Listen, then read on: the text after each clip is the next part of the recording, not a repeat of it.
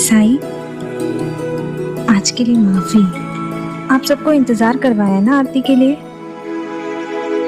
वो घर के काम खत्म करने में देर हो गई। कृष्णा, घर के काम में देर भले ही हुई हो, लेकिन तुम्हारा मन तो पहले ही मंदिर पहुंच चुका था, इसलिए कोई देर नहीं हुई। मेरी आजी कहती है सूरज और ईश्वर हमारे जीवन में प्रकाश लाते हैं, इसलिए दिन की शुरुआत में दोनों के दर्शन करने चाहिए। और मेरे ईश्वर तो आप ही है, इसीलिए मैं हर सुबह दर्शन करने चली आती हूँ।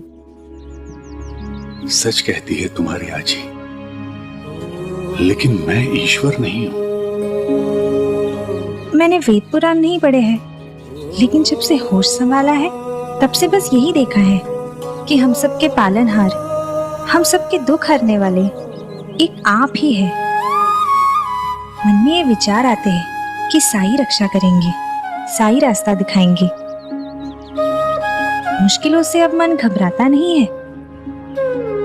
एक आप ही है जिनके सामने सबके सर झुक जाते हैं और समर्पण की इच्छा रखते हैं। भगवान के लिए भी सब यही कहते हैं ना, है ना साईं?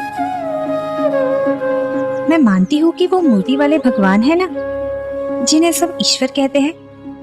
जब उन्हें अपनी मूर्ति में नहीं रहा गया, जब वो अपने भक्तों से दूर नहीं रह पाए, तो वो सारे के सारे भगवान एक साईं के रूप में समा गए और हमारे बीच आ गए। मैं तो यही मानती हूँ। कृष्णा, जिस तरह सोना आग में तपकर निखरता है, वैसे ही आस्था भी जीवन की कठिनाइयों, चुनौतियों में तपकर ही रंग लाती है। परिस्थिति चाहे कितनी भी बदल जाए, लेकिन तुम्हारी इस आस्था को कभी मत बदलने देना। याद रखना, जाके दिल में हरि बसई, सो जन कल्पे काहि, एक ही लहरी समुद्र की दुखदारित बही जाए। जिसके दिल में हरि बसते हैं, उसे दुख क्यों? उसकी कृपा की एक ही लहर सारे दुख बहा ले जाएगी।